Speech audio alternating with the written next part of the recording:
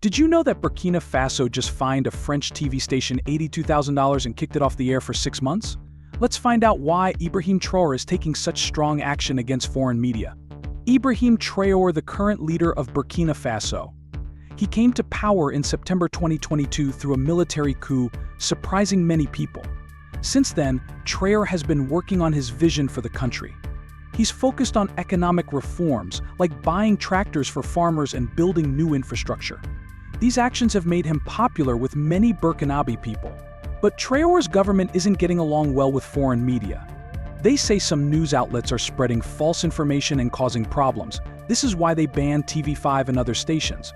The government thinks these actions are needed to keep the country safe. In this video, we'll look at why Traore is taking these steps and what it means for Burkina Faso. Now let's take a closer look at the ban on French TV stations in Burkina Faso.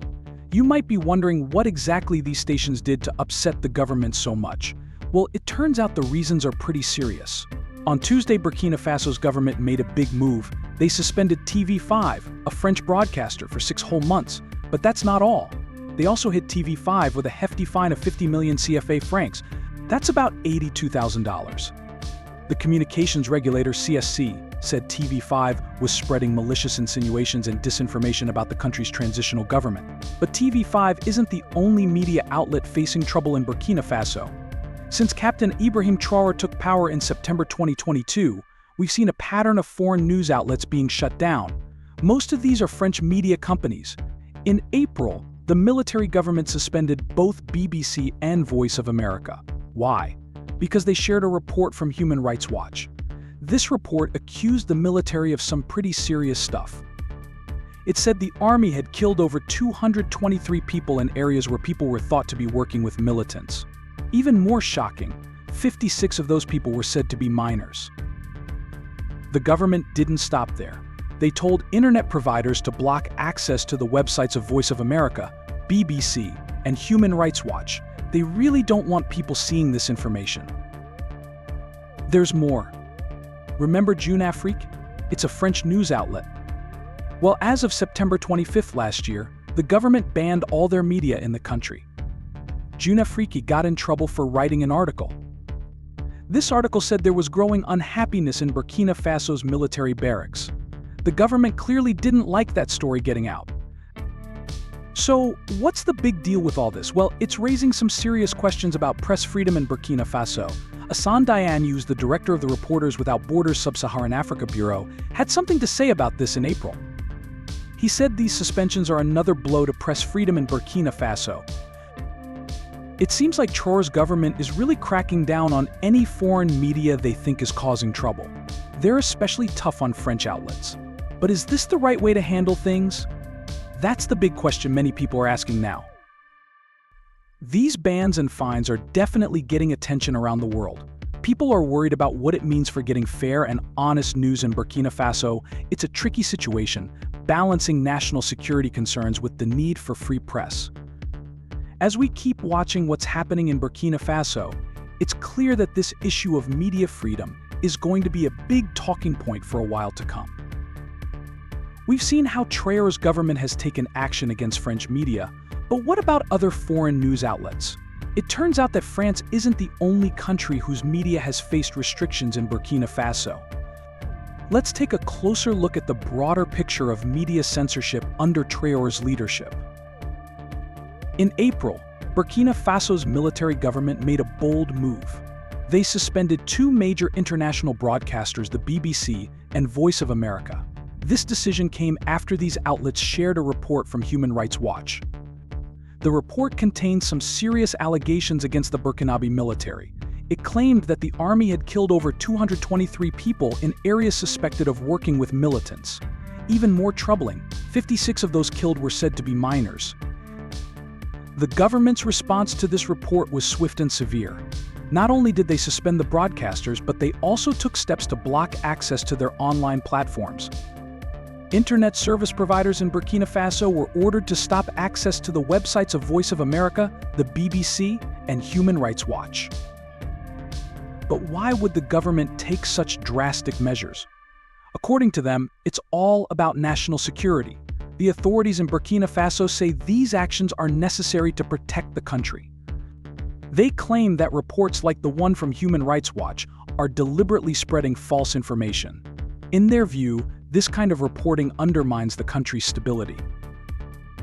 The government has accused foreign media outlets of exaggerating human rights issues. They believe this is part of a larger disinformation campaign against Burkina Faso.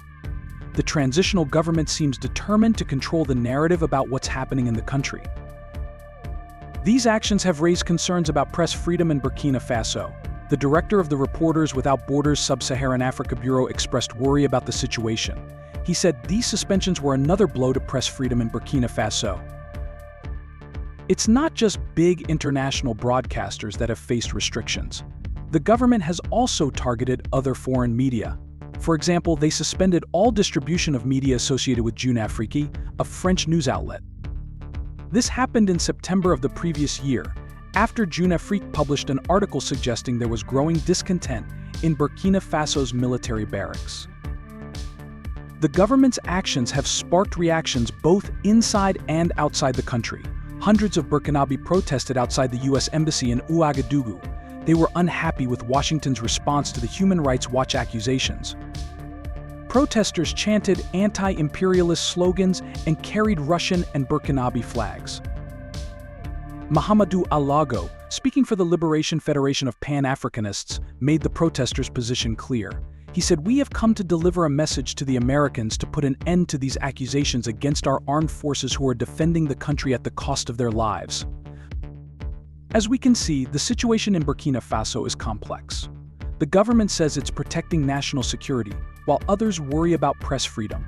This pattern of media censorship raises important questions about the balance between security and free speech in Burkina Faso.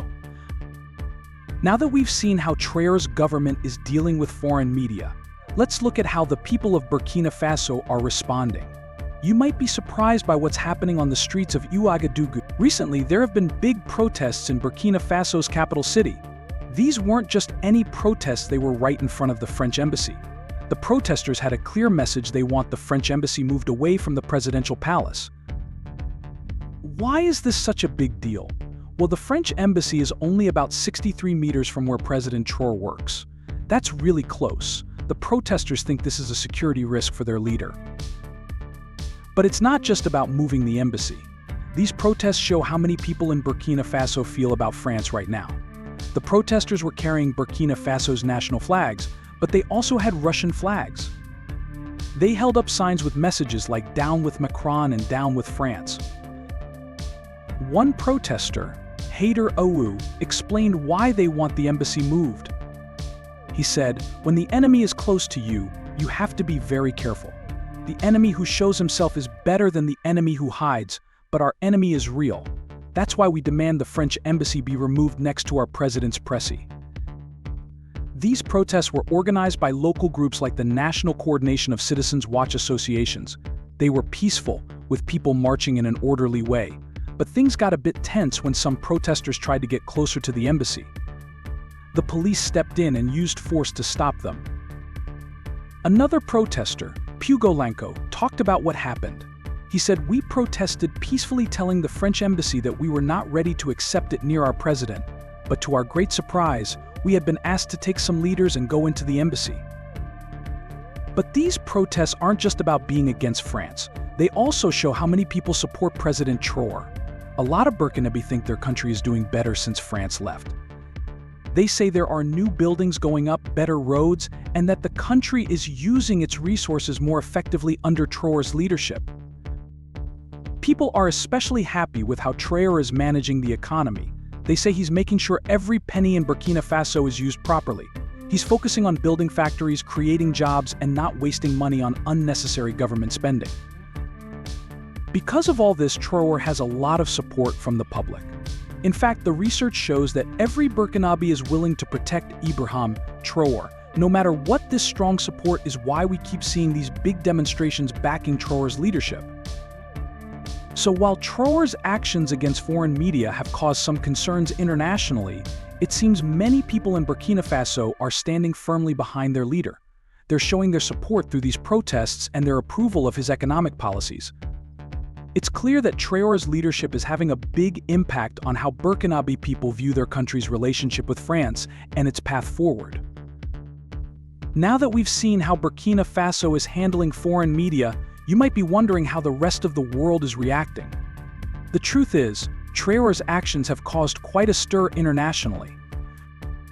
Many countries and organizations are speaking out against these media bans. They're worried about what this means for press freedom in Burkina Faso. Some are calling on the government to let journalists do their job without fear. But it's not just about Burkina Faso. This situation is part of a bigger picture in West Africa. More and more, we're seeing countries in this region push back against what they see as foreign influence. It's like a wave of anti-imperialist feeling is spreading. You might be surprised to learn that Burkina Faso isn't alone in taking action against foreign media.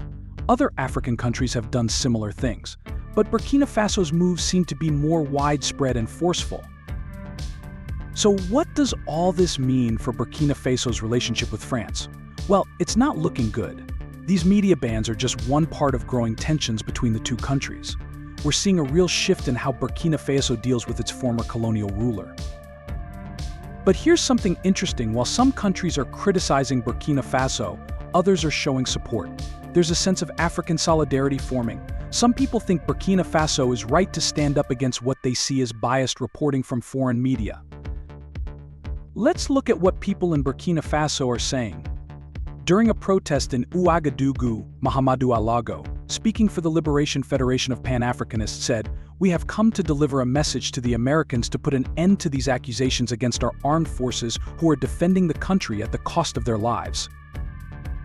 This quote shows how strongly some Burkinabe feel about foreign influence in their country. They see these media bans as a way to protect their nation's interests. The protests we're seeing aren't just about media. People are also calling for the French embassy to be moved away from the presidential palace. They're carrying signs that say things like "Down with Macron" and "Down with France."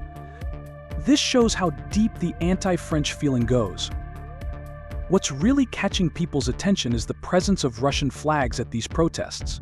It seems like some Burkinabe are looking to form new alliances, moving away from traditional Western partners. All of this is having a big impact on Burkina Faso's international relationships. The country might be losing some friends in the West, but it's gaining support from others who share its views on foreign influence. So what does the future hold for Burkina Faso's relationship with France and other Western countries? It's hard to say for sure, but one thing is clear: things are changing fast in West Africa. Countries like Burkina Faso are redefining their place in the world, and they're not afraid to ruffle some feathers along the way. As we've seen, Burkina Faso's government is taking strong action against foreign media. But what does this mean for press freedom in the country? Let's look at the future of journalism in Burkina Faso. The government says these bans are about keeping the country safe, but many people worry about how this affects free speech. It's a tough balance between security and freedom of the press. Media plays a big role in how people see their country and the world. In Burkina Faso, the government wants to control this message. They say some foreign media are trying to cause trouble. So what's next for Burkina Faso's media? The government might keep tight control, or they could loosen up. It's hard to say. But one thing's for sure: how Burkina Faso handles media will shape its future.